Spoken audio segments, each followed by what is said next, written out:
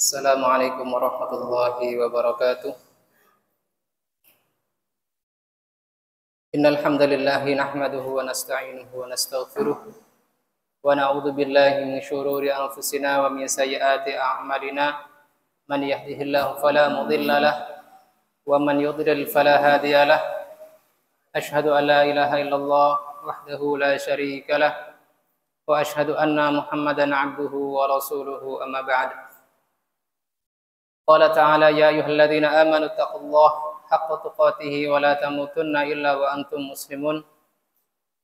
Ya ayyuhan nasu taqu rabbakumul ladzi khalaqakum min nafsin wahidah wa khalaqa minha zawjaha wa bassa minhuma rijalan katsiran wa nisaa. Wattaqullaha alladzi tasaaluna bihi wal arham innallaha kana 'alaikum raqiba. Ya ayyuhalladzina amanu taqullaha wa qulu qawlan sadida yuslih lakum a'malakum wa yaghfir lakum dhunubakum wa may yuti'illaha wa rasulahu faqad faza fawzan 'azima. Amma ba'd, fa inna asdaqal hadithi kitabullah wa khairal hadi hadi Muhammadin sallallahu alaihi wasallam wa syarrul umuri muhdatsatuha fa inna kulla muhdatsatin bid'ah wa kulla bid'atin dhalalah wa kulla dhalalatin finnar. Alhamdulillah, atas izin dan taufik dari Allah Subhanahu wa taala semata kita masih diizinkan untuk bermujalasah dalam rangka tafaqquhiddin, ya, walaupun tadi sempat terhambat karena saya berinisiatif lewat jalan Kalirandu, ternyata macet total di situ, tidak selancar pagi. Jadi sebelumnya saya mohon maaf atas keterlambatan ini. Semoga di pekan mendatang insyaallah tidak terulang kembali.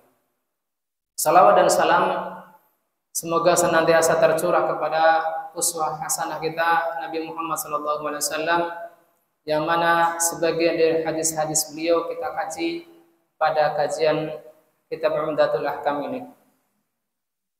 Sebelum kita mulai dari kajian rutin kita, saya akan menyampaikan sebuah faidah penting yang disampaikan oleh Dr. Abdul Aziz Asy-Syaikh, yang mana kitab-kitab beliau dijadikan rujukan ya dari sebagian mahasiswa untuk membantu pemahaman kami dalam memahami mustalah hadis ketika kuliah dahulu. Beliau menceritakan bahwasanya dahulu ketika beliau masih bermulazamah atau masih mengambil ilmu, menuntut ilmu dari Syekh Muhammad bin Shalih Al-Utsaimin, beliau menceritakan dengan judul Inayatus Syekh bin Utsaimin bi hifdzi ilmihi wa tasjili durusihi. Perhatian Syekh Muhammad bin Shalih Al-Utsaimin dalam menjaga ilmu beliau dan merekam pelajaran beliau. Yang mana hal ini, faedah ini saya dapatkan dari Ustadzuna Dr. MH Ayatullah Hafizahullah Ta'ala. Beliau salah satu dosen ana di kuliah hadis. Kata Syekh Abdul Aziz Hafizahullah Ta'ala, kuntu qabla qalil fi walimati urus. Dahulu ya, belum lama saya dalam walimah nikah. Waltaqaitu fadilat Syekh Abdullah At-Tayyar. Saya bertemu dengan fadilat Syekh Abdullah At-Tayyar hafizallahu ta'ala. Wa hadatsani bi ba'dhi akhbarihi ma'a Syekh Al-Kibar. Beliau menceritakan kepadaku sebagian dari interaksi beliau dengan beberapa masyayikh senior. Di antaranya adalah khatabtu khutbatan al-muamalat. Aku berkhutbah tentang muamalah pada tahun 1413 Hijriah. Falaqini Syekh Ibnu Utsaimin ba'daha faqala aina khutbatuk uriduha.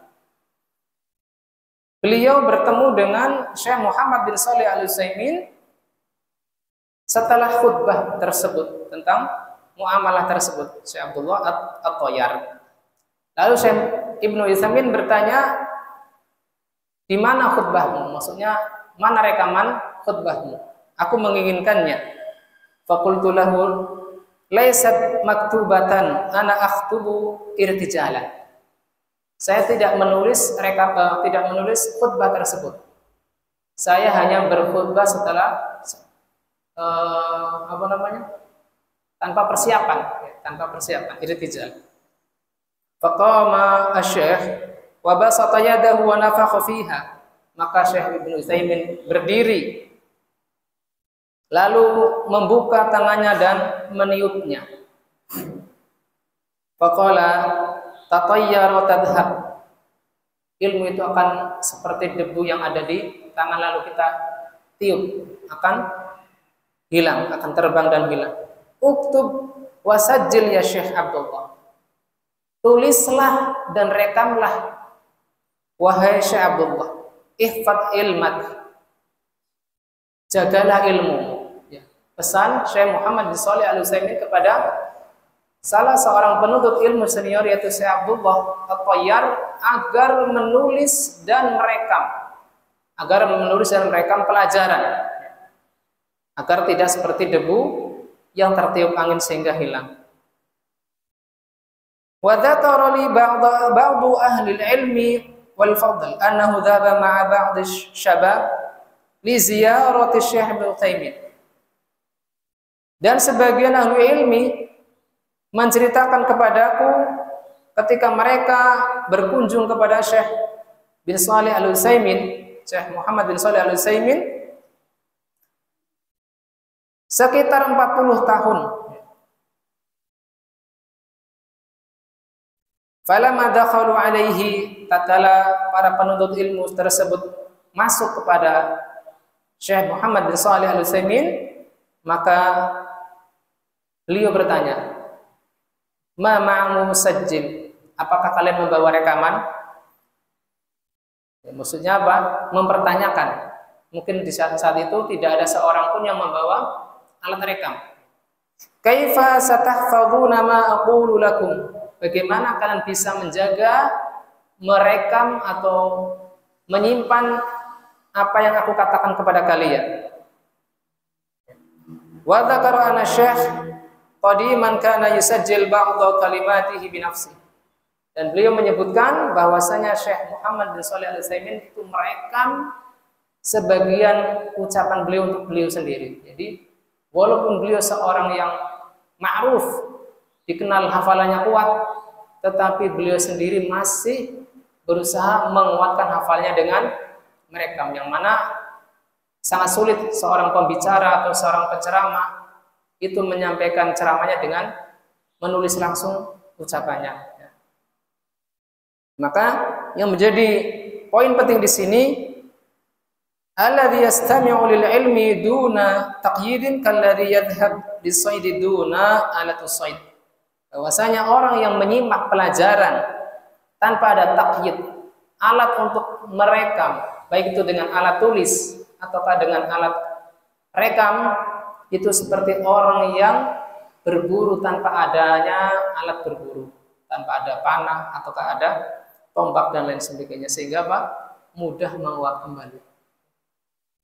Kita bandingkan ya, mafhum aulanya Syekh Muhammad bin Shalih Al-Utsaimin yang mana beliau itu ma'ruf di kalangan ahli ilmu tentang fikihnya, kuatnya hafalan beliau, kuatnya pemahaman beliau saja masih berusaha menjaga ilmu dengan merekam dan mendengarkannya kembali. Bagaimana dengan kita yang masih pemula? Sehingga hendaknya dalam kesempatan kali ini kita berusaha ya, semampu kita masing-masing agar berusaha menjaga ilmu kita masing-masing, apakah dengan mencatat ataukah kalau tidak mampu dengan melihat buku terjemahan dan lain sebagainya yang berkaitan dengan ilmu yang kita bahas pada majelis ini. Baik, kita masuk pada hadis ke-30. Al-haditsus salasun.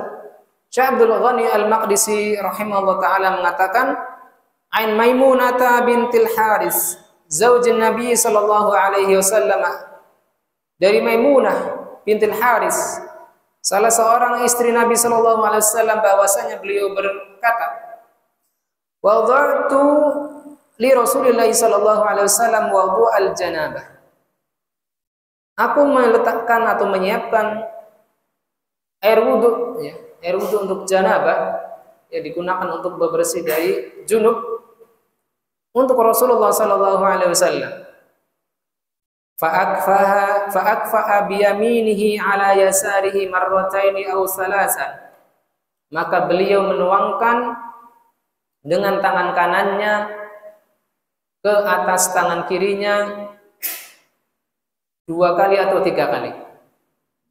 Tsumma ghassala farjahu. Lalu setelah beliau menyiramkan air ke tangan kirinya tersebut, beliau membersihkan farjinya atau kemaluannya.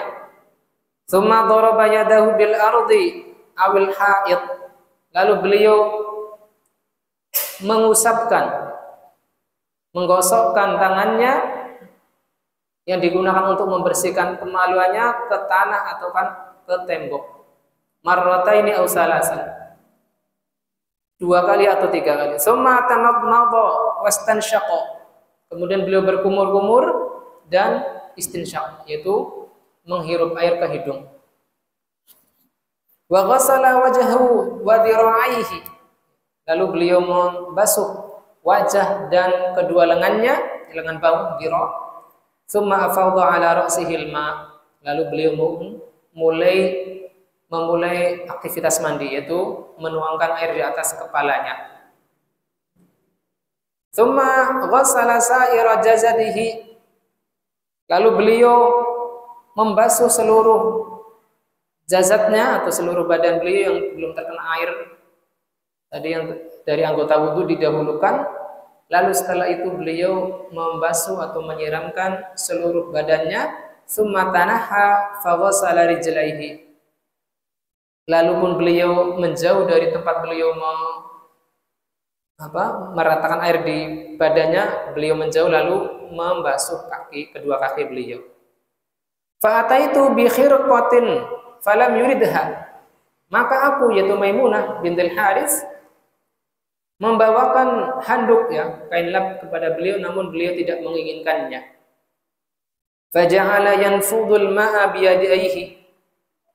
Beliau hanya saja menjadikan kedua tangan beliau untuk mengibaskan sisa-sisa air yang ada di badan beliau.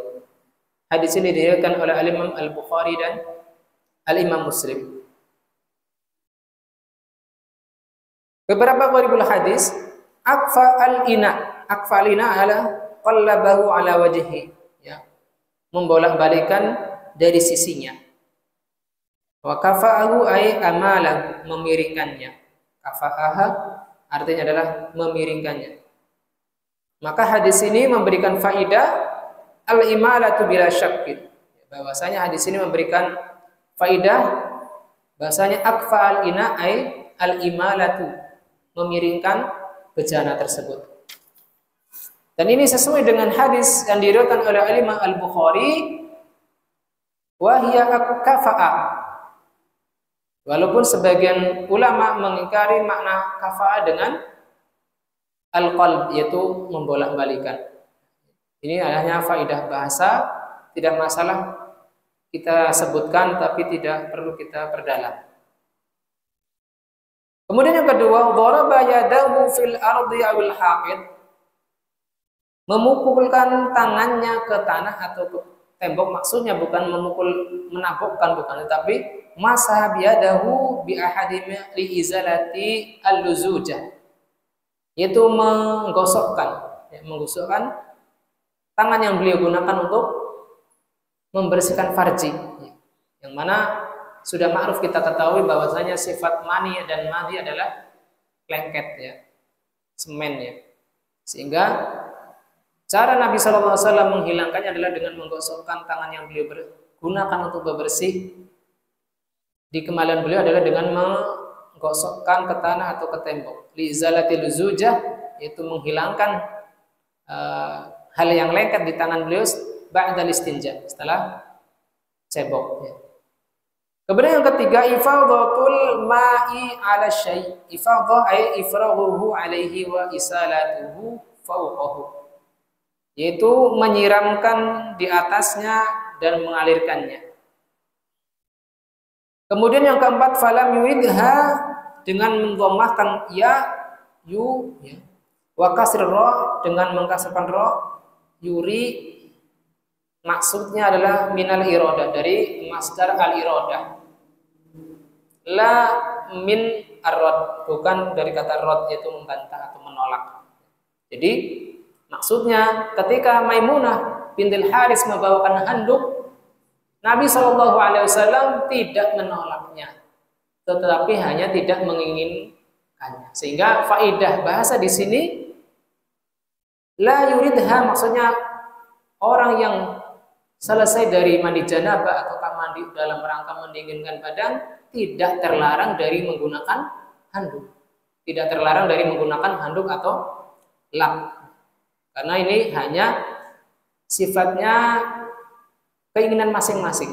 Sedangkan Nabi Shallallahu Alaihi Wasallam tidak menginginkan mengelap badannya dengan handuk tersebut, hanya beliau menggunakan tangan untuk mengibaskan sisa air yang menempel di tubuh beliau. Beberapa faidah yang diambil dari hadis ke-30 ini, bahwasanya hadis ini hampir sama dengan hadis yang dibawakan oleh Ibunda Aisyah radhiyallahu anha pada hadis ke-29. Hanya saja ada beberapa faidah tambahan dari hadis Aisyah yang ditambahkan oleh hadis Maimunah ini. Yang pertama, hadis yang pertama, dzakara fihi ghuslu yadayhi mujmalan. Hadis pertama yaitu hadis Aisyah hanya menyebutkan kaifiyah mencuci tangan secara mujmal, secara global. Adapun hadis Maimunah menyebutkan jumlah mencuci tangannya, marrataini aw salasan, 2 kali atau 3 kali dalam hadis Maimunah. Ini yang pertama. Yang kedua, fi hadzal hadits annahu ba'da ghuslil yadaini ghuslu farjihi. Pada hadis Maimunah, setelah Nabi Shallallahu Alaihi Wasallam membasuh kedua tangan beliau, beliau membasuh farji beliau. Jadi di sini didahulukan adalah mendahulukan membasuh farji, bukan langsung berwudu, bukan ya. Tsumma masaha yadayhi bil ardi marratain aw salasan. Wa qad dzakara al ulama'u annahu yu'fa an baqiyatir raihati ba'da dalkiha.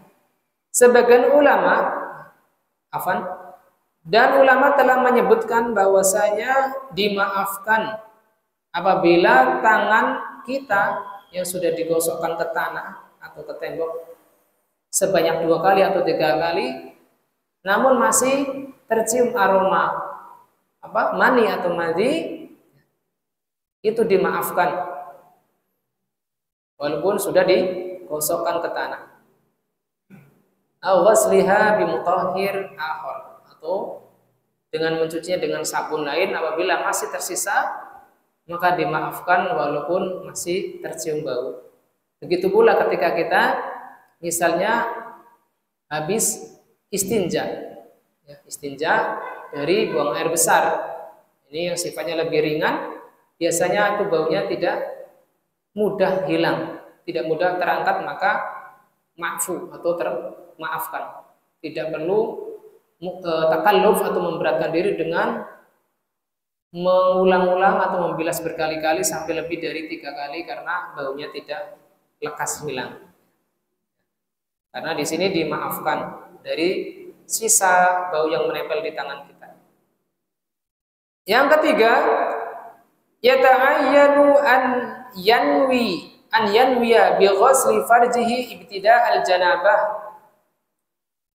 Penting untuk diperhatikan, untuk kita niatkan, yaitu dengan membasuh farji pada awal mandi janabah, li'alla yahtaju ila ghuslihi marratan ukhra, agar kita tidak perlu membersihkan kembali di sela-sela mandi.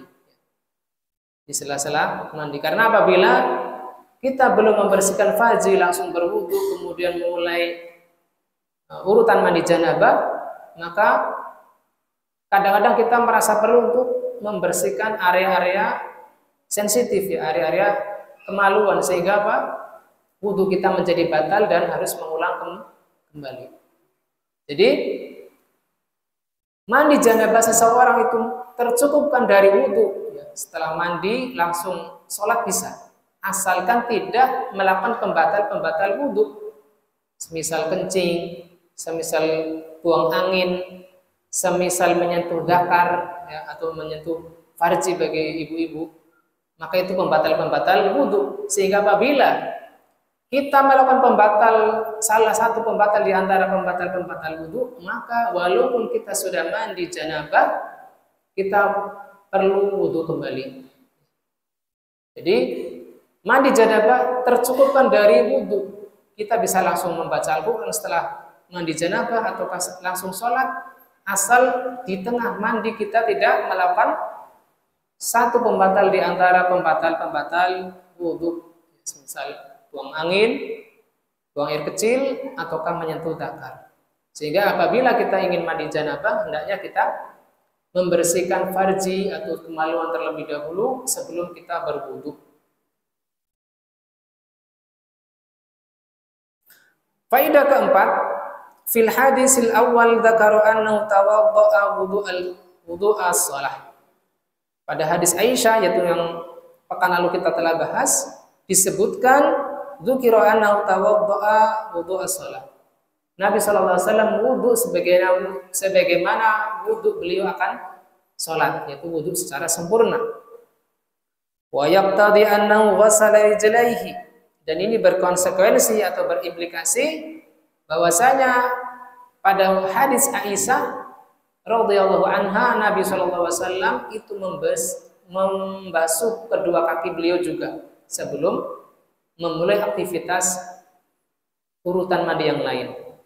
Adapun pada hadis Maimunah ini, sarha annahu ghassala rijlaihi ba'da ghusl jasad, dijelaskan secara jelas bahwasanya Nabi mengakhirkan membasuh kedua kaki setelah membasuh seluruh badan. Jadi tadi disebutkan apa? Tamat maudhu wastansyaqa, beliau berkumur kemudian menghirup air ke hidung lalu membasuh kedua wajah beliau, kemudian membasuh wajah beliau dan kedua tangan beliau, lalu langsung mengguyurkan air ke kepala. Lalu setelah itu beliau membasuh kaki di tempat terpisah. Ini pada hadis Maimunah. Walaupun salah satu rukun di antara rukun-rukun wudhu adalah tawalli, itu tidak boleh terpisah antara satu rukun dengan rukun yang lain. Namun dalam hadis Maimunah ini ada pengecualian bahwasanya boleh mengakhirkan membasuh kaki agak jauh atau agak terpisah dari mengusap kepala. Akan tetapi di sini Syekh Abdullah bin Abdurrahman Al-Basam rahimahullah taala memberikan komentar, wala'alla ahsana ma yajma'u bainahuma an yuqal annahu tawadda'a fi hadisi Maimunata wudu'an kamilan. Akan tetapi yang lebih baik untuk mengumpulkan di antara kontradiksi atau pertentangan sekilas dari antara hadis Aisyah dan hadis Maimunah, dikatakan bahwasanya Nabi SAW berwudu pada hadis Maimunah itu adalah dengan wudu yang sempurna sampai mencuci kaki di awal kali sebelum mandi. Walakinnahu ghassala rijlaihi marratan tsaniyah. Akan tetapi Nabi SAW membasuh kaki beliau yang kedua kali setelah wudu seperti sholat, ya dari kumur-kumur sampai membasuh kaki lalu mandi. Lalu setelah aktivitas mandi selesai, beliau mencuci kaki beliau kembali. Ba'da ghusl jasad, setelah beliau selesai mandi fi makanin akhar, pada tempat yang lain. Ya, jadi pindah ya, misalnya di tempat yang dekat kolah, beliau mandi lalu berpindah agak jauh dari tempat beliau mengguyur badan beliau dengan air. Likaunil makanil mughtasal fihi mutalawisan, dengan ihtimal bahwasanya di tempat semula ketika beliau mandi mungkin tergenang sehingga dikhawatirkan di situ ada hal-hal yang mencemari kaki sehingga ada najis yang tertempel, sehingga mencuci kaki diulang satu kali kembali ketika selesai mandi. Ini ihtimalnya atau kemungkinannya, dan ini lebih tepat insya Allah, lebih terjaga. Karena syarat tawali atau berdekatan antara satu rukun dengan rukun yang lain itu terpenuhi ketika kita menjamak hadis ini dengan pemahaman bahwasanya Nabi Shallallahu Alaihi Wasallam wudhu seperti wudhu akan sholat dengan cara tata kaifiyah wudhu yang sempurna. Kemudian pelajaran kelima, fi hadzal hadisi anna Maimunata ja'atu bi khirqatin liyunashifa biha a'dha'ahu falam yaqbalha wa innama nafadha yadayhi minal ma'. Pada hadis ini bahwasanya Maimunah radhiyallahu anha datang membawakan handuk atau kain lap untuk mengeringkan anggota badan Nabi sallallahu alaihi wasallam dari sisa air yang menempel. Akan tetapi beliau tidak menerimanya. Hanya saja beliau mengibaskan dengan kedua tangannya dari air. Jadi ini adalah kaifiyah saja. Kita bisa dengan menggunakan menggunakan tangan kita untuk membersihkan sisa air yang menempel pada badan kita, ataukah boleh dengan menggunakan handuk, ya, tidak mengapa. Jadi tidak ada kemakruhan atau keharaman karena di sini tadi disebutkan walam yuridha, bukan walam yaruddaha. Jadi Nabi sallallahu alaihi wasallam tidak menolak tetapi hanya tidak menginginkannya. Kemudian faidah ke-6 atau pelajaran ke-6, annahu la yajibu dalkul jazati fil ghusli wa huwa kaddalki fil wudu'i sunnah. Tidak wajib menggosok badan ketika mandi. Jadi ketika kita mandi hanya mengguyurkan badan atau meratakan air ke badan kita sampai rata, itu sudah cukup, sudah sah mandi janabah kita walaupun tidak gosok dari daki. Apalagi sabunan itu hanya masnun saja, hanya disukai agar ketika kita selesai mandi aroma badan kita lebih wangi. Tetapi itu bukan menjadi syarat atau rukun. Sehingga apabila ketika seseorang mandi tanpa menggosok daginya lalu dikatakan tidak sah, tidak. Tetapi dia tetap sah karena yang jadi rukun mandi adalah hanya meratakan ta'mimul ma'alal badan. Meratakan air di atas badan atau di seluruh jasad kita. Begitupun menggosok ketika wudhu, ya. Menggosok-gosok ketika wudhu itu juga bukan tidak wajib, tetapi hanya sunnah. Bila kita wudhu hanya meratakan air, tidak menggosok-gosoknya, maka wudhu kita tetap sah. Pelajaran ketujuh, annahu la yaghsilu a'dha'ul wudhu lil janabati ba'da ghusliha fil wudhu. Bahwasanya Nabi Shallallahu alaihi wasallam tidak membasuh anggota wudhu kembali untuk mandi janabah setelah membasuhnya di dalam wudhu. Faqad sahaha an-Nawawi annahu yujzi ghuslatan wahidatan 'anil wudhu wa 'anil janabah. Dan inilah bahwasanya ketika kita sudah membasuh anggota wudhu kita, ya, sebagaimana tadi permulaan ketika hendak memulai mandi janabah, maka tidak mengapa melewatkan anggota wudhu tersebut untuk tidak diguyur kembali. Misalnya kita sudah basah kedua tangan kita, wajah kita, maka kita cukup mengguyur kepala kita, leher, dan seluruh sisa badan yang belum basah.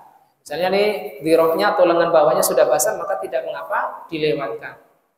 Bila terkena kembali juga tidak mengapa. Dan ini pendapat yang dikuatkan oleh Al-Imam An-Nawawi Ad-Dimashqi, yang mana bahwasanya itu sah dengan satu kali mandi, ya, tidak perlu diguyur berulang-ulang sehingga lebih banyak menggunakan air.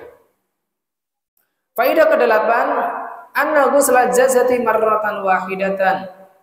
Ya, bahwasanya mandi dari janabah adalah cukup satu kali. Wa ba'dhum yaj'aluhu salasan, dan sebagian ulama itu harus mengulang guyuran itu sampai 3 kali. Qiyasan 'alal wudu, sebagai qiyas atau analogi dari wudu yang disunahkan mengulang 2 kali sampai 3 kali.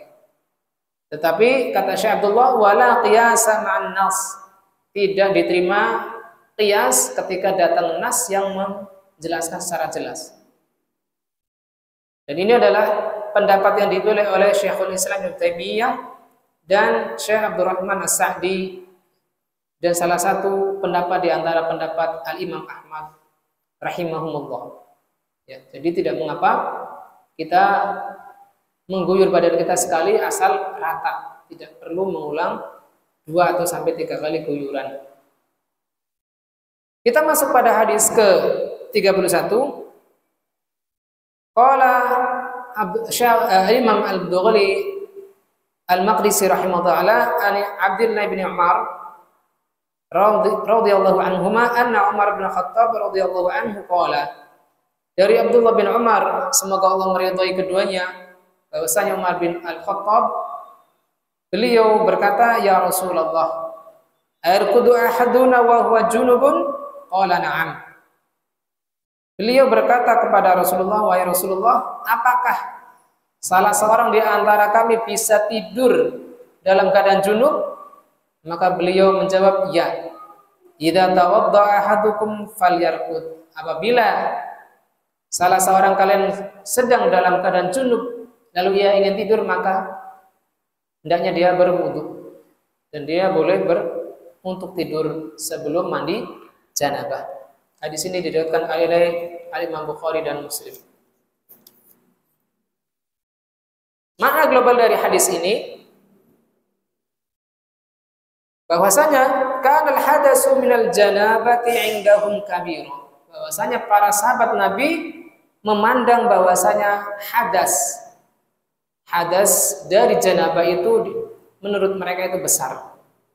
Perkara besar. Bidzalika ashkala alaihim, sehingga hal ini membuat mereka merasa bingung. Hal yajuzu naumu ba'dahu aula. Apakah boleh seseorang yang terkena junub itu langsung tidur ataukah tidak boleh?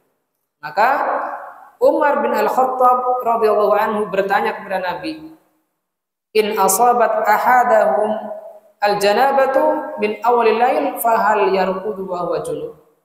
Apabila salah seorang di antara mereka, para sahabat, terkena junub pada awal malam, apakah boleh bagi mereka tidur dalam keadaan junub? Maka Nabi SAW mengizinkan untuk mereka hal tersebut, ala an yukhaffifu hadal hadas al-akbar bil wudu, dengan cara meringankan hadas besar tersebut dengan cara wudu yang syar'i. Wa hina idzin la ba'sa minan naumi ma'al janabah. Maka saat itu tidak mengapa seseorang yang terkena junub untuk tidur setelah berwudu. Ya, karena kita sudah mendengar isyarat adzan Isya, maka kita jeda terlebih dahulu. Wassallallahu ala nabiyina Muhammadin wa ala alihi washabbihi wasallam. Wa akhiru da'wana alhamdulillahirabbil alamin.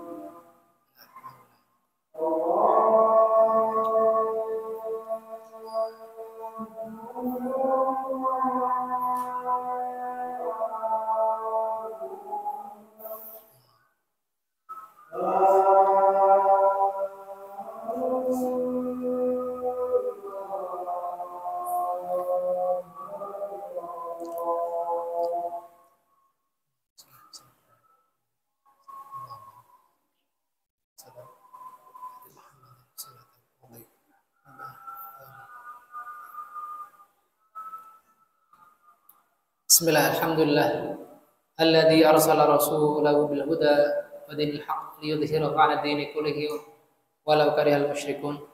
Asyhadu an la ilaha illallah wahdahu la syarika lah wa asyhadu anna Muhammadan 'abduhu wa rasuluhu, amma ba'd. Pada hadis ke-31 ini ada beberapa pelajaran atau faidah yang disebutkan oleh Syekh Abdullah bin Abdurrahman Al-Basam rahimahullah ta'ala. Yang pertama adalah jawazu naumil junubi qabla al-ghusli idza tawadda. Boleh bagi orang yang junub untuk tidur ya, sebelum dia mandi, apabila didahului dengan berwudu terlebih dahulu. Boleh bagi orang yang junub untuk tidur sebelum mandi apabila dia berwudu. Yang kedua, annal kamala alla yanamal junub hatta yaghtasil. Adapun hayat atau tata cara yang sempurna adalah hendaknya seseorang tidak tidur ketika dia junub sampai dia mandi. Ini kaifiyah yang sempurna. Li'anna liktifa'a bil wudu'i rukhsah. Karena kecukupan dengan wudu hanyalah keringanan saja. Dia dibolehkan untuk wudu sebelum mandi, ketika hendak tidur itu hanya sebagai keringanan. Adapun yang sempurna, yang azimat adalah dengan mandi sebelum tidur, mandi dari janabah. Ini terutama apabila siang, ya tidak masalah, tidak kedinginan, tidak bikin pusing, tidak. Maka hendaknya dia dahulukan mandi sebelum tidur. Yang ketiga, masyru'iyatul wudu'i qabla an-naumi. Disyariatkannya wudu sebelum tidur. Lil junubi idza lam yaghtasil. Bagi orang yang junub apabila dia belum mandi. Bahkan wudu sebelum tidur adalah disunahkan secara umum walaupun dia sedang tidak junub. Bahkan wudu sebelum tidur adalah disunahkan walaupun dia tidak sedang terkena junub. Yang keempat, karahatu naumil junub bila ghuslin wala wudu'in. Makruhnya tidur seorang yang junub tanpa mandi dan wudu. Jadi tidak sampai jatuh kepada haram, tidak sampai berdosa ketika dia sangat kelelahan karena habis ilaj, lalu dia tidur tanpa wudu ataupun tanpa mandi terlebih dahulu, tidak sampai jatuh kepada haram. Yang mana haram itu apa artinya? Ma yu'aqabu fa'iluhu, yaitu orang yang mengerjakannya itu terkena dosa, au yudammu fa'iluhu wala yuhmadu tarikuhu, dan tidak dipuji orang yang meninggalkannya, itu haram. Adapun makruh adalah ma la yu'aqabu fa'iluhu wala yuhmadu fa'iluhu. Orang yang mengerjakannya tidak terkena dosa dan ketika dia meninggalkan perkara makruh tersebut pun tidak dipuji. Wallahu ta'ala a'lam. Kita masuk pada hadis ke-32. Hadis Ummu Salamah, salah satu istri Nabi sallallahu alaihi wasallam. Masih ingat nama Ummu Salamah siapa? Ya, kita sering murojaah, kita lewati nama-nama yang disebutkan dalam bentuk kunyah atau gelar agar kita tidak lupa. Misalnya Abu Sa'id Al-Khudri, Abu Musa Al-Asy'ari. Kali ini Ummu Salamah. Ada jamaah yang masih ingat nama beliau? Ini kalau tidak salah kita bahas di Majelis Ramadan dulu. Hindun binti Mas Rian. Hindun binti Abi Umayyah. Hindun binti Abi Umayyah. Ini nama Ummu Salamah zaujin Nabi sallallahu alaihi wasallam. Beliau mengatakan ja'at Ummu Sulaim imra'atu Abi Talhah. Ummu Sulaim datang kepada Nabi sallallahu alaihi wasallam atau kepada Rasulullah sallallahu alaihi wasallam. Bahwasanya Ummu Sulaim adalah istri dari Abu Talhah. Nama Ummu Sulaim itu diperselisihkan. Ada yang mengatakan nama beliau Sahlah. Ada yang mengatakan Romilah. Ada yang mengatakan Romitah, Malikah, Romlah, Unaifah, Unaisah, Usainah, dan lain-lain, banyak sekali. Dan Ibnu Hajar Al-Asqalani menyebutkan salah satu gelar untuk Ummu Sulaim adalah Al-Ghamisa. Ummu Sulaim ini berkata kepada Nabi sallallahu alaihi wasallam, "Ya Rasulullah, wahai Rasulullah, innallaha la yastahyi minal haqq." Sesungguhnya Allah tidak malu dari kebenaran. Hal 'alal mar'ati min ghuslin idza hiya ihtaramat. Apakah seorang wanita wajib mandi apabila dia bermimpi basah? Idza hiya ihtaramat, idza hiya ihtaramat. Faqala Rasulullah sallallahu alaihi wasallam, maka Rasulullah sallallahu alaihi wasallam menjawab, "Na'am, idza ra'atil ma." Ya, seorang wanita yang mimpi basah juga diwajibkan mandi bila setelah dia bangun dia melihat air. Maksudnya melihat air mani yang tertempel di bajunya. Hadis ini diriwayatkan oleh Imam Al-Bukhari dan Muslim. Makna global dari hadis ini bahwasanya Ummu Sulaim Al-Ansariyah datang kepada Nabi sallallahu alaihi wasallam untuk bertanya kepada beliau. Walamma kana su'aluha mimma yata'allaqu bil furuj wa hiya mimma yastahya min dzikrihi 'adatan qaddamat baina yaday su'aliha li ilqa'i su'aliha hatta yaquffa mawqi'uhu 'ala sami'in.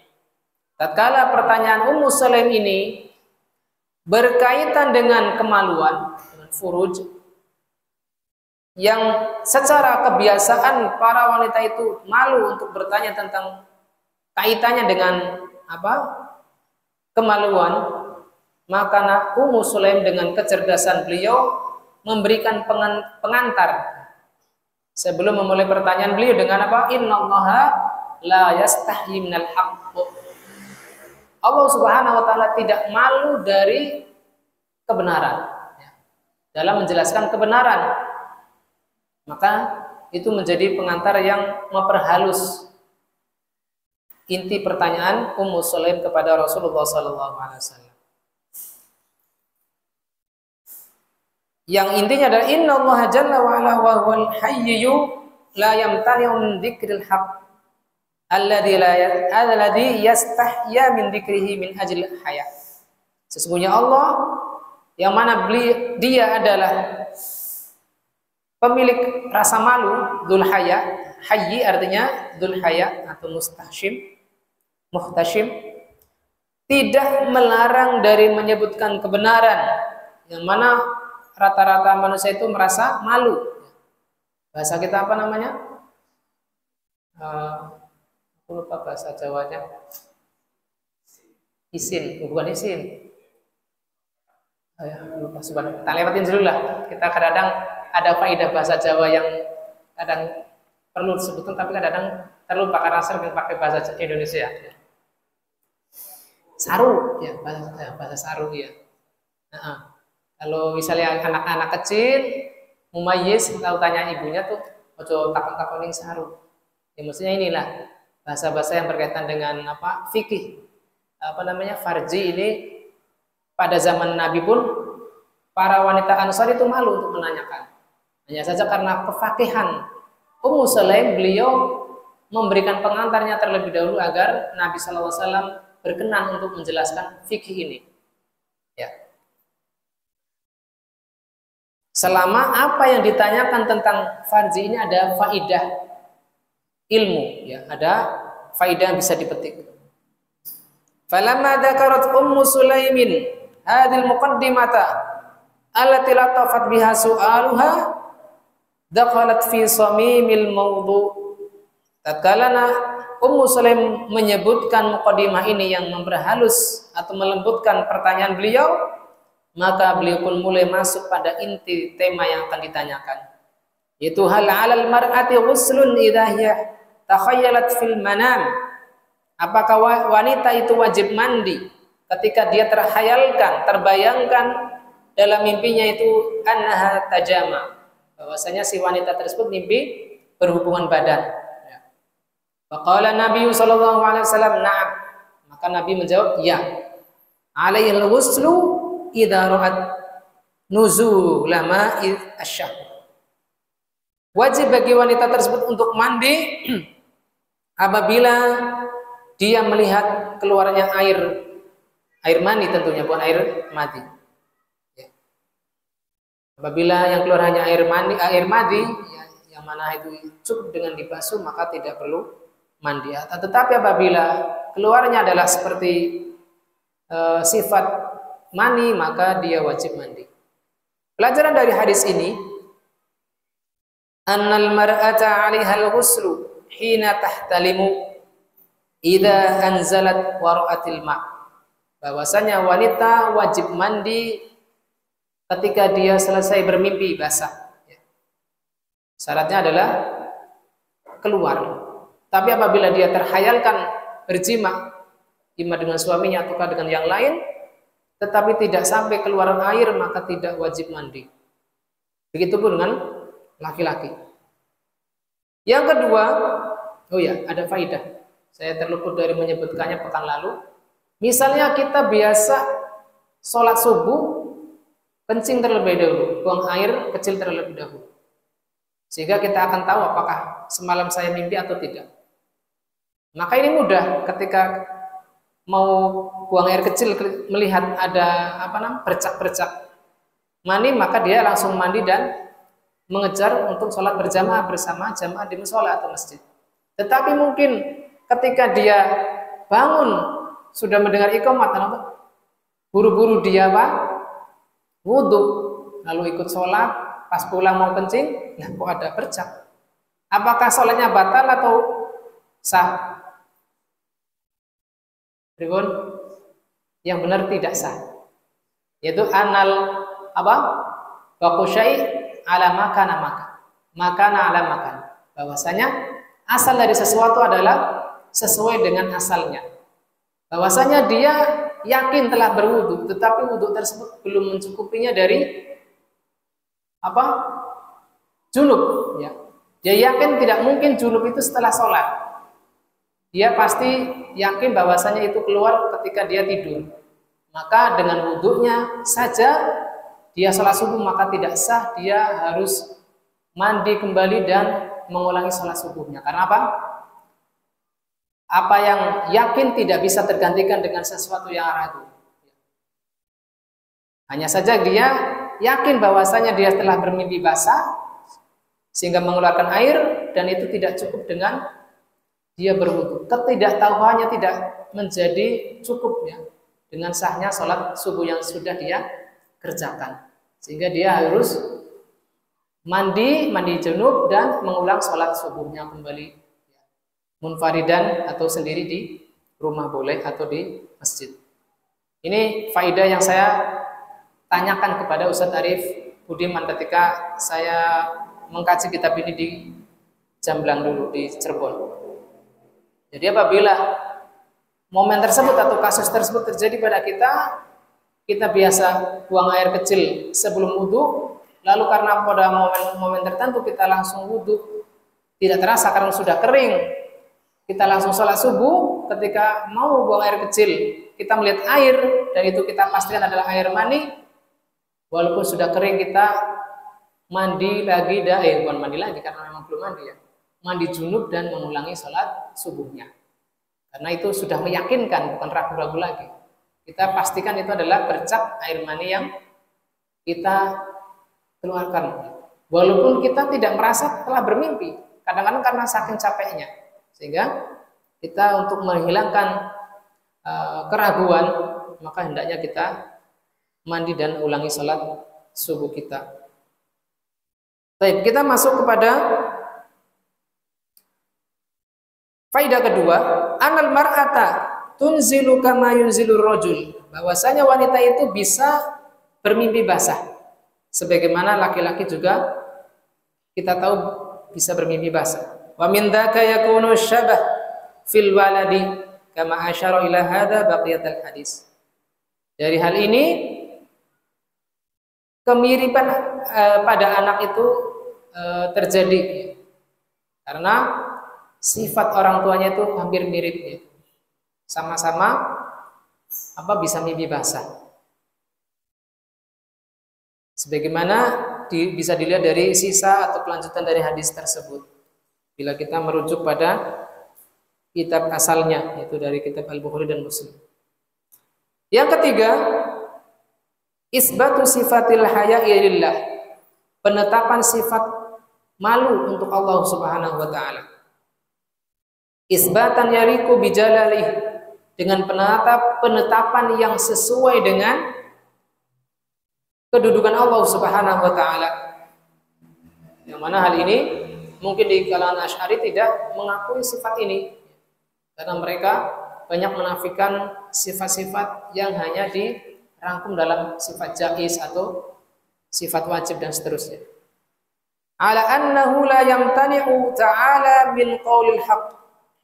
Walaupun Allah Subhanahu wa taala memiliki sifat malu, Allah tidak melarang dari ucapan kebenaran walaupun karena malu. Al-Imam Ibnu Qayyim dalam kitab Al-Bada'i menyebutkan inna sifatas salbi al-mahad la tadkhulu fi awsafihi ta'ala. Sifat negatif yang murni tidak akan masuk kepada sifat-sifat Allah Subhanahu wa taala. Illa idza tadammanat subutan. Melainkan apabila pada sifat negatif tersebut ada terkandung sifat yang positif, semisal malu. Kalau malunya adalah menandakan kelemahan, maka itu adalah ternafikan dari Allah Subhanahu wa taala. Allah suci, maha suci dari sifat malu yang demikian. Adapun sifat malu Allah Subhanahu wa taala yang sesuai dengan kedudukan Allah adalah tidak menghalangi dari mengucapkan kebenaran, sebagaimana tersebutkan dalam hadis ini secara sharih. Wa kadzalikal ikhbaru anhu bisalb, ka qoulihi ta'ala la ta'khudhuhu sinatun wa la naum. Fa innahu yatadammanu kamala hayatihi wa quyumiyatihi. Begitu pula pengabaran tentang dinafikannya sifat negatif dari Allah, bahwasanya Allah tidak terkena sifat kantuk dan tidak pula tidur. Kita ketahui bahwasanya kantuk dan tidur adalah sifat negatif yang tidak memiliki sisi positif bagi Allah Subhanahu wa taala, sehingga ternafikan atau tidak ditetapkan bagi Allah Subhanahu wa taala. Dan ini menunjukkan kesempurnaan kemahahidupan Allah Subhanahu wa taala. Tidak sebagaimana kita yang terkena kantuk ketika ngaji dan tidur. Yang keempat, innal haya'a la yanbaghi an yamna'a min ta'allumil ilm. Bahwasanya sikap malu tidak selayaknya menghalangi seseorang dari menuntut ilmu. Sebagaimana sikap Ummu Sulaim. Hatta fil masail lati yustahya minha. Sampai pada permasalahan yang secara kebiasaan itu malu untuk ditanyakan. Selama pertanyaan seseorang itu ada faidah ilmiah, yang berkaitan dengan fikih amaliyah ataukah i'tiqadiyah, maka tidak mengapa untuk ditanyakan. Kemudian yang kelima, anna minal adabi wa husnil mukhatabah, termasuk di antara etika dan pembicaraan yang baik, an yuqaddima amamal kalam, agar mendahului ucapan, alladhi yustahya minhu muqaddimatan, agar mendahulunya dengan pendahuluan atau pengantar, tunasibul maqam, yang sesuai dengannya. Tamhidan lil kalam, sebagai pengantar, liyakhuffa waqa'uhu, agar tidak terdengar kasar. Sebagaimana Nabi Shallallahu Alaihi Wasallam mengucapkan demikian ketika berkaitan dengan masalah farji, Nabi Shallallahu Alaihi Wasallam seringkali menggunakan dengan bahasa-bahasa kiasan. Sebagaimana nanti hadis yang akan kita lewati, yaitu hadis ke 34. Sampai apa enggak ini? Insya Allah sampai ya. Wali alla yunsaba sahibuhu ilal jafa, agar tidak terkesan kasar orang yang mengucapkannya. Sehingga apabila kita ucapkan itu terdengar kurang sopan, hendaknya kita gunakan bahasa-bahasa pengantar terlebih dahulu agar orang yang mendengarnya tidak kaget. Ini termasuk dari etika berbicara. Kemudian hadis ke-33, Syekh Abdul Ghani Al-Maqdisi selaku penulis kitab Umdatul Ahkam rahimahullah mengatakan, dari Aisyah radhiyallahu anha, beliau mengatakan, kuntu aghsilul janabah min thawbi Rasulillah sallallahu alaihi wasallam.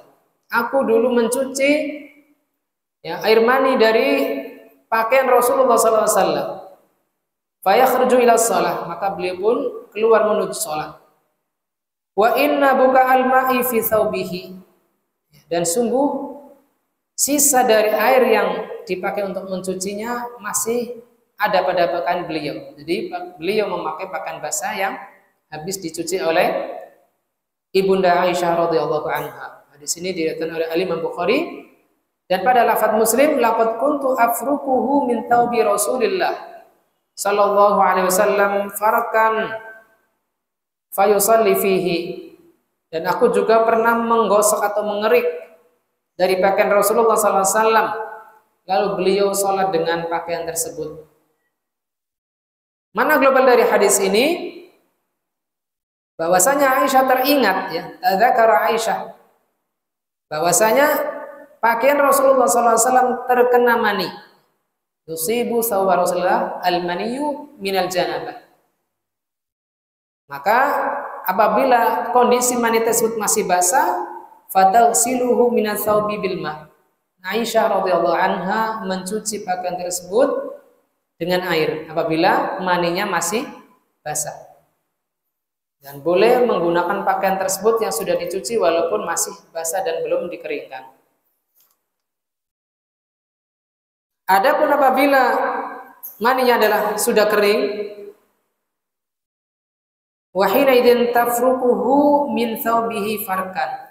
Apabila maninya telah kering, maka cukup dikerik dan boleh menggunakan pakaian tersebut walaupun ada sisa-sisa mani yang masih menempel, maka itu ma'fu atau termaafkan. Lalu Syekh Abdullah membawakan ikhtilaf atau perbedaan pendapat, apakah mani itu najis ataukah bukan. Fadhahabatil Hanafiyyatu wal Malikiyyatu ila najasatihi. Madhab Hanafi dan Maliki itu menyebutkan bahwasanya mani itu najis dengan berdalil dengan beberapa hadis. Di antaranya hadis Aisyah ini yang mana beliau mencuci pakaian Rasulullah SAW ketika maninya masih basah. Wa dhaba Syafi'i wa Ahmad wa al-Hadisi wa Ibnu Hazm wa Syekhul Islam Ibnu Taimiyah wa ghairuhum minal muhaqqiqin ila taharatihi.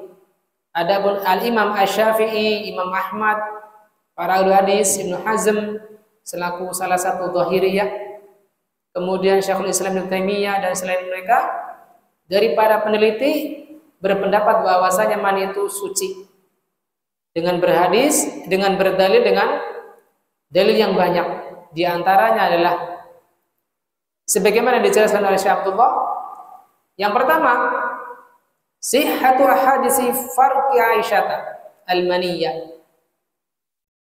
Sahihnya hadis-hadis tentang mengeriknya Aisyah pada mani yang menempel pada pakaian Rasulullah SAW ketika mani tersebut telah kering dengan kuku beliau. Falau kana najasan lama kafa illal ma. Seandainya mani tersebut najis, maka tidak cukup dikerik, melainkan harus dicuci. Sebagaimana apabila pakaian anak kita terkena kotoran, ya kotoran BAB, maka walaupun sudah kering tetap dicuci, tidak cukup dikerik. Yang kedua, alasannya kenapa mani dikatakan suci, anal maniyah huwa aslul insan wa ma'dinuhu. Bahwasanya mani adalah asal dari terciptanya manusia. Fala yanbaghi an yakuna asluhu najasan khabithan. Maka tidak selayaknya asal dari seorang manusia yang suci, ya sebagaimana pekan lalu kita jelas innal insana la yanjus, bahwasanya manusia itu tidak najis, lalu akan kontradiksi apabila asal penciptanya adalah terbuat dari benda yang najis. Wallahu karramahu wa tahharahu. Sedangkan Allah Subhanahu wa taala telah memalukan kita selaku manusia dan mensucikan kita. Sebagaimana dahulu pada hadis Abu Hurairah ketika beliau bertemu dengan Nabi, lalu beliau mengendap-endap untuk pergi karena keyakinan beliau ketika junub itu najis. Padahal Nabi SAW mengingkari perbuatan Abu Hurairah atau keyakinan Abu Hurairah bahwasanya orang junub itu najis. Alasan ketiga, lam ya'murin nabiyyu sallallahu alaihi wasallam bi ghuslihi wa taharruzu minhu kal bauli. Nabi sallallahu alaihi wasallam tidak memerintahkan untuk mencuci mani dan tidak juga memerintahkan untuk menjauh dari mani. Semisal sikap beliau kepada kencing, sikap beliau terhadap kencing manusia agar disiram dan seterusnya. Tapi terkait dengan mani tidak ada larangan khusus tentang hal tersebut. Alasan keempat, ajabu an ahadisi ghaslihi bi anal ghusla la yadullu ala najasah. Para ulama muhaqqiqin yang menyatakan mani itu suci menjawab bahwasanya kasus Aisyah radhiyallahu anha mencuci pakaian Rasulullah yang terkena mani yang basah itu tidak menunjukkan bahwasanya mani itu najis. Wan nadhafatu minan najasati wal mustaqdhirat matlubatun syar'an. Bahwasanya nadhafah, kebersihan dari najis dan hal-hal yang kotor itu adalah tuntutan syar'i. Fa kaifa la yaqirru ghusluhu? Bagaimana Nabi sallallahu alaihi wasallam tidak menetapkan agar pakaian yang terkena mani itu untuk dicuci. Tidak ada nas secara sharih bahwasanya Nabi memerintahkan kita untuk mencuci pakaian yang terkena mani. Sehingga pendapat yang kuat adalah sebagaimana yang dipilih oleh Syekh Abdullah bahwasanya mani itu suci, hanya saja kita diperintahkan untuk membersihkannya. Sebagaimana tersebutkan dalam faidah di sini, yang pertama adalah taharatul mani wa adamu wujubi ghuslihi minal badani wassiyabi wa ghairiha.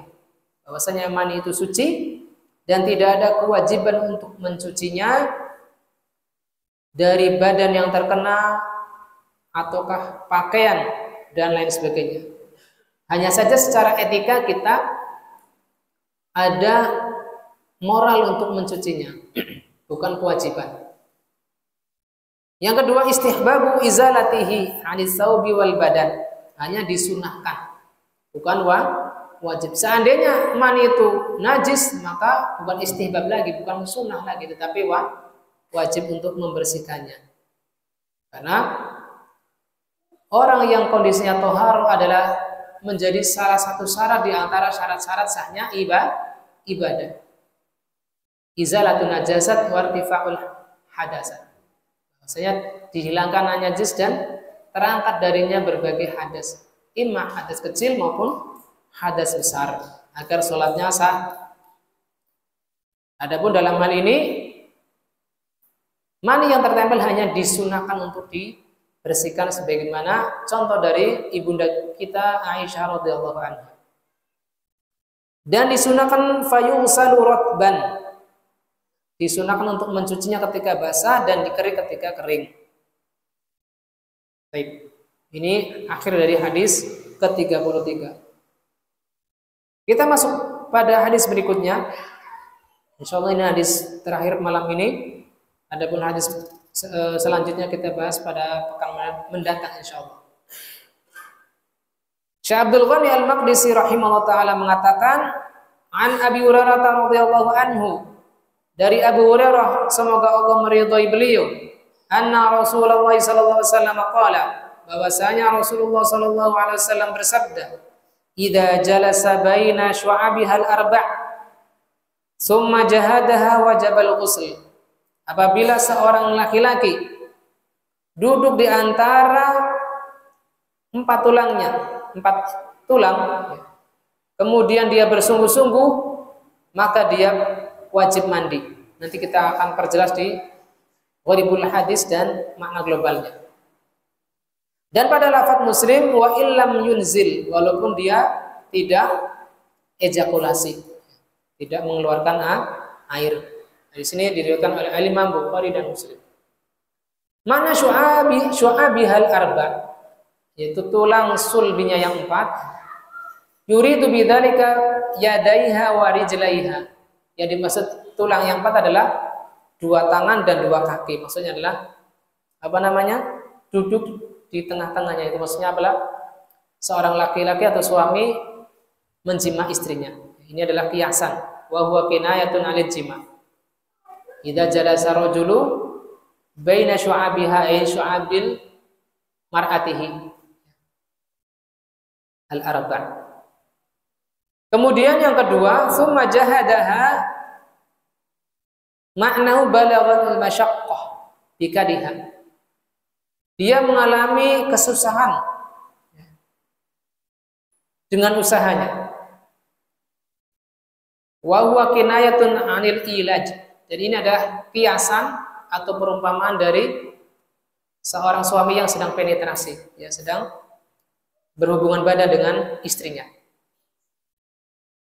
Makna global dari hadis ini bahwasanya Nabi sallallahu alaihi wasallam bersabda yang maknanya kurang lebih, idza jalasa ar-rajulu baina syu'abil mar'ah ay syu'abi zaujatihi, seorang laki-laki duduk di antara tulang-tulang istri yang 4, allai hunnal yadan wal rijlan, yang mana yang tulang 4 itu disebutkan ada hanya 2 tangan dan 2 kaki. Tsumma aulaja dzakarahu, kemudian dia berpenetrasi dengan zakarnya, dengan kemaluannya, fi farjil mar'ah, pada kemaluan istrinya, faqad wajaba alaihima al-ghusl, maka wajib atas keduanya suami istri tersebut untuk mandi. Minal janabah, yaitu mandi wajib. Wa illam yahsul izalu maniyyin, walaupun tidak keluar mani. Li'annal ilaj wahdahu ahadu mujibatil ghusl, karena ilaj yaitu salah satu aktivitas jima, ya walaupun tidak sampai ejakulasi, adalah salah satu hal yang mengharuskan adanya mandi wajib. Ya, insya Allah bapak-bapak tahu lah ya. Sekarang ada banyak anak-anak, jadi saya tidak perlu memperjelas.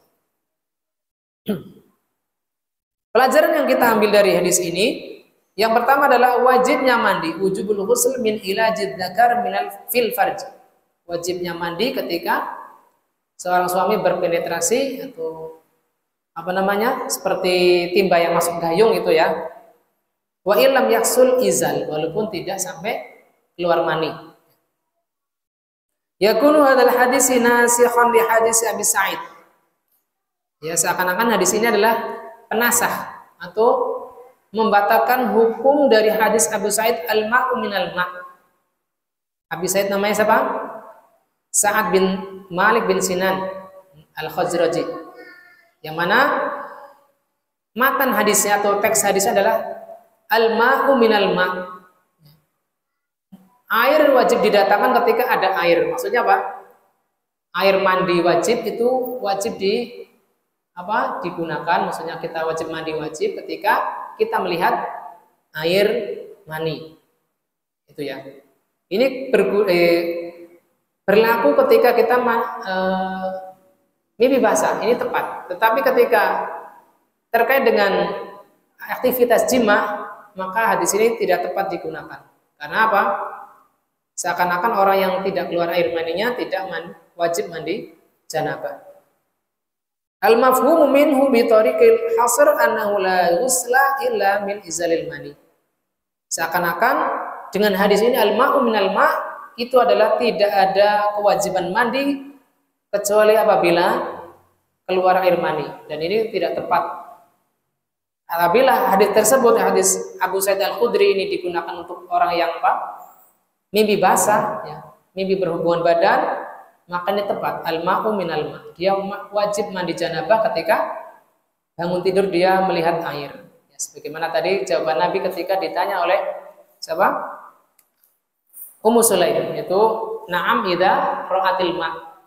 Ya, dia wajib mandi ketika melihat air mani. Demikian yang bisa kita bahas malam ini.